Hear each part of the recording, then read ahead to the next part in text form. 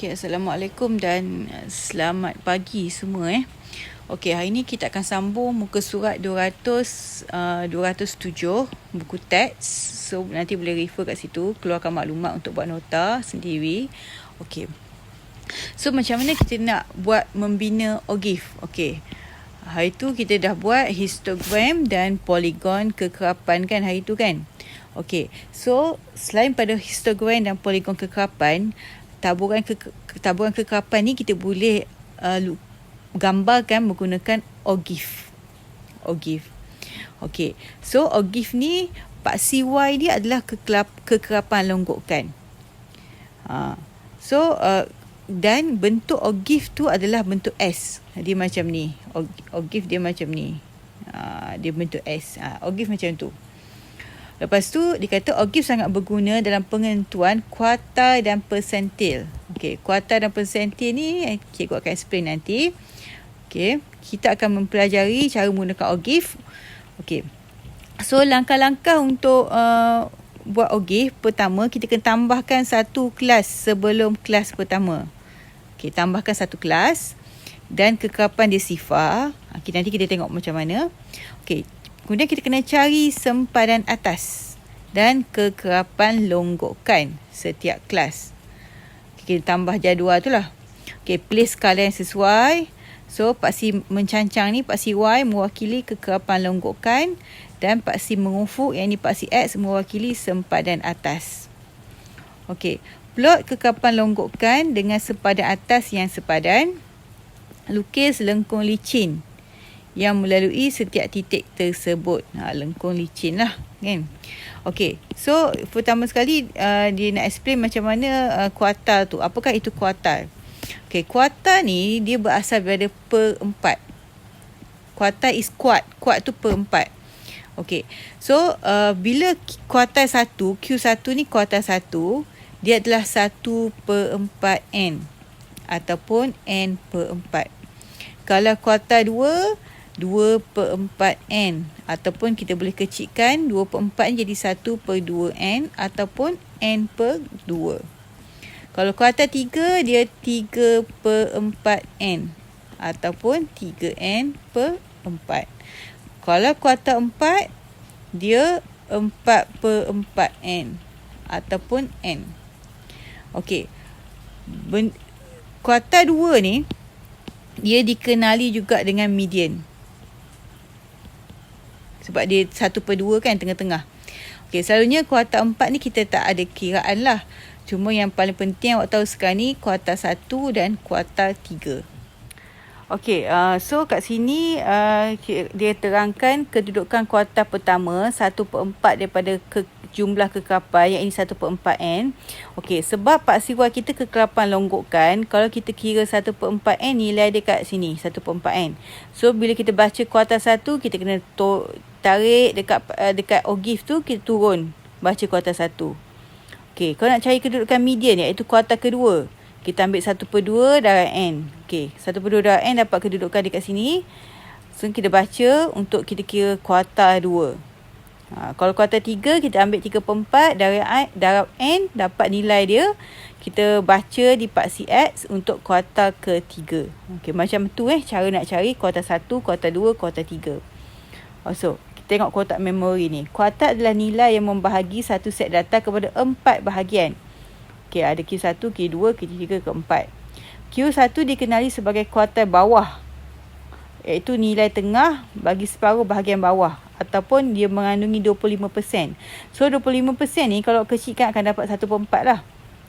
Okey, kuartal 2 dikenali sebagai median.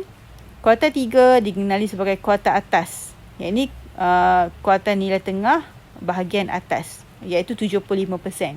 So 75% ni kalau awak kecilkan dia dapat 3 per 4 lah.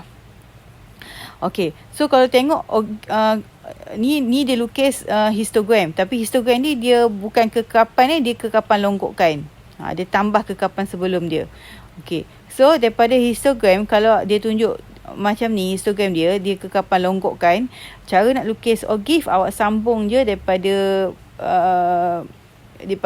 kelas bawah ni, kepada tu sambung kepada setiap sempadan. Ni sempadan bawah, ni sempadan atas. And then ni jadi sempadan bawah, ni jadi sempadan atas pula lah. So kita sambung setiap sempadan. So dapatlah ogive lah.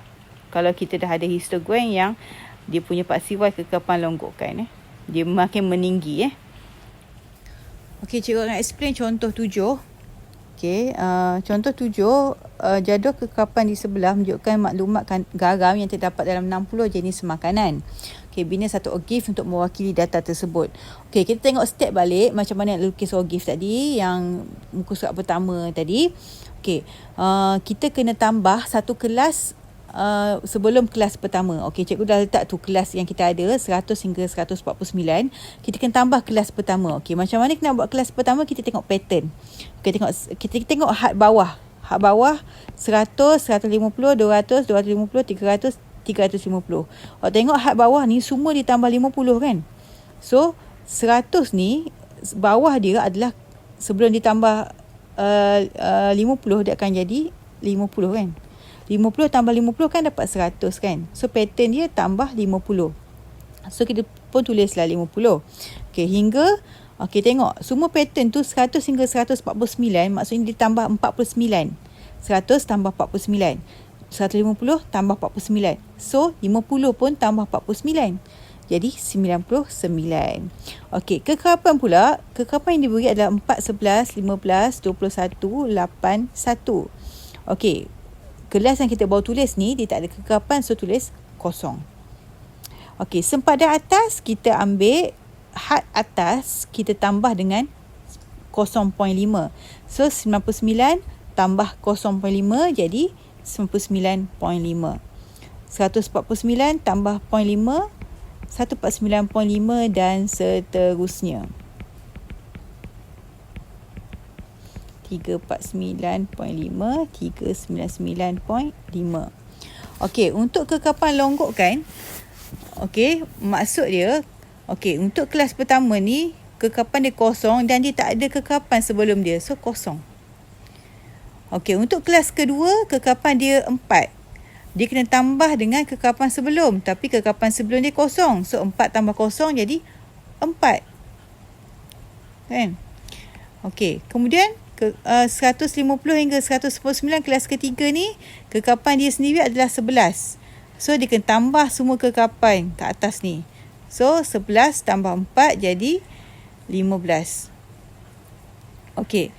Seterusnya, kelas keempat ni, kekapan dia 15, dia kena tambah semua kekapan kat atas. 15 campur 11 campur 4. Kalau nak tambah macam ni pun boleh. 15 campur 15. Sebab tu dah kira dah semua kan. So jadi 30. Okey, untuk kelas yang kelima, kena tambah 21 tambah 15 tambah 11 tambah 4 tambah 0 lah. Ataupun ambil 21 tambah 30. So jadi 51. Okey, next 8 tambah 51 jadi 59. 1 tambah 59 jadi 60. So yang ni semua kekapan longgokan. Okey, kita pun lukislah ogive kan. Okey, untuk ogive, paksi Y yang menegak adalah kekapan longgokan. Paksi X yang mengufuk adalah sempadan atas. So setiap sempadan atas kita tulis. So kita tulislah, kita start dengan 99.5. Dia tak bagi skala, so buat yang bersesuaian. 149.5, 199.5, 249.5, 299.5, 349.5 dan 399.5. Okey, paksi Y pun ikut anggaran, tak, supaya graf tu tak kecil sangat, tak besar sangat. So cikgu buat 10 10 10 untuk paksi Y. Okey, dan kita plot lah. 99.5 kosong adalah di sini. 149.5 4 adalah di sini, kan? Okey, 199.5 dengan 15 adalah di sini.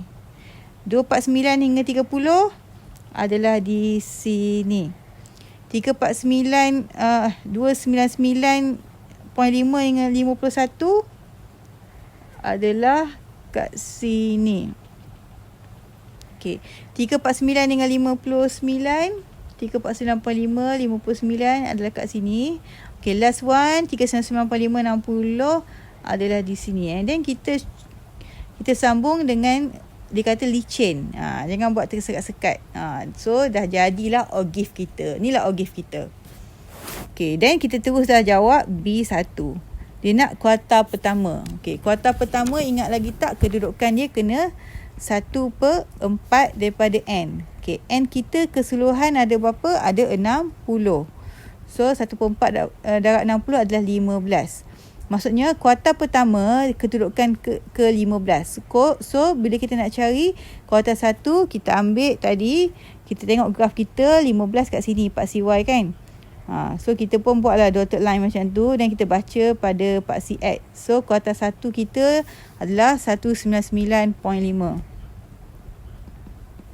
Okey, kemudian kita buat kuartal 2. Kuartal 2 adalah 1/2 N kan. 1/2 N adalah 1/2 darab 60. So dapat 30. So kedudukan yang ke 30. So kedudukan ke 30 kat mana? Ni 30. Kedudukan ke 30. Dan kita baca kat bawah.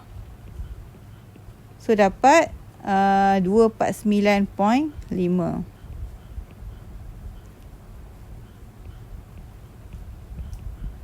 Okey, kemudian kuartal ketiga adalah 3/4 N. So 3/4 darab dengan 60 akan dapat 45. So kita baca 45 dekat graf. 45. Then kita tarik ke bawah. Okey. So nanti awak bacalah letak jawapan Q3 sama dengan apa.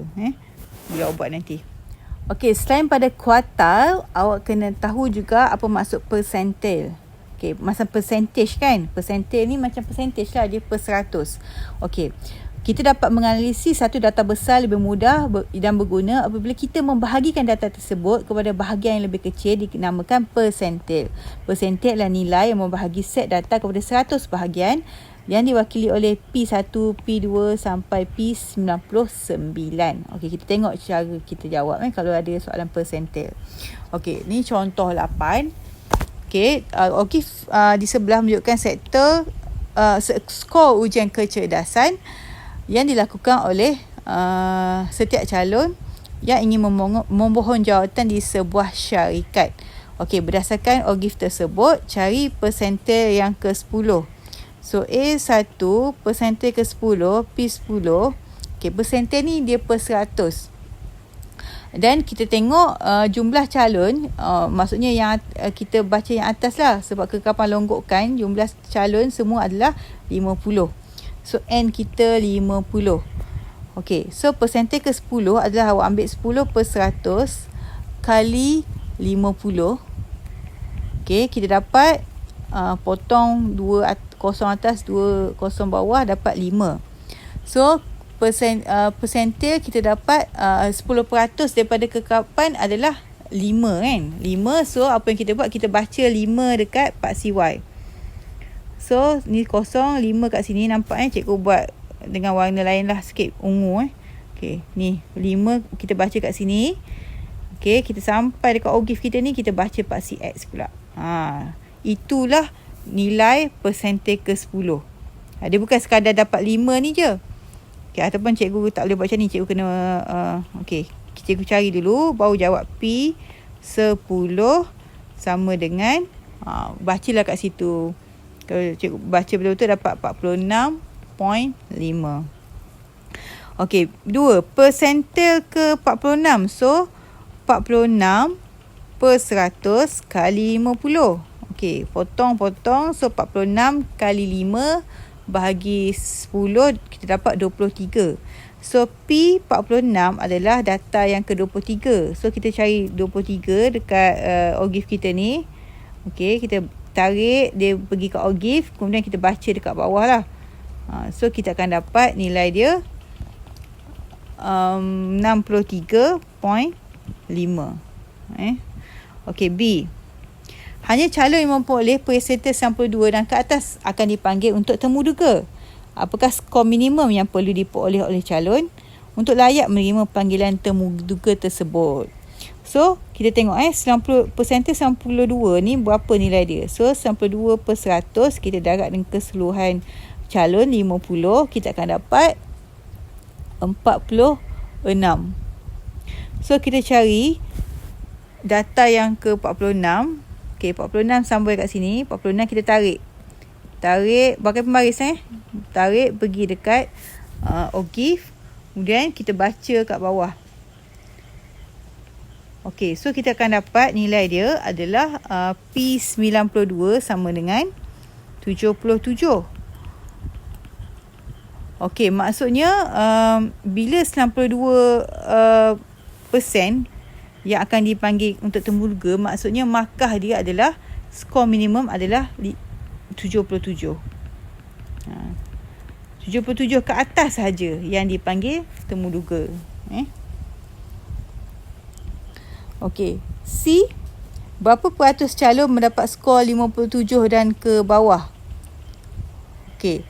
57 dan ke bawah. Okey, sekarang ni kita skor dia bagi skor sekarang ni, skor 57. So kita cari skor 57 kat mana? Okey, skor 57 somewhere kat sini kan. 57 somewhere dekat sini 57. Kan sini yang cikgu buat warna hijau ni.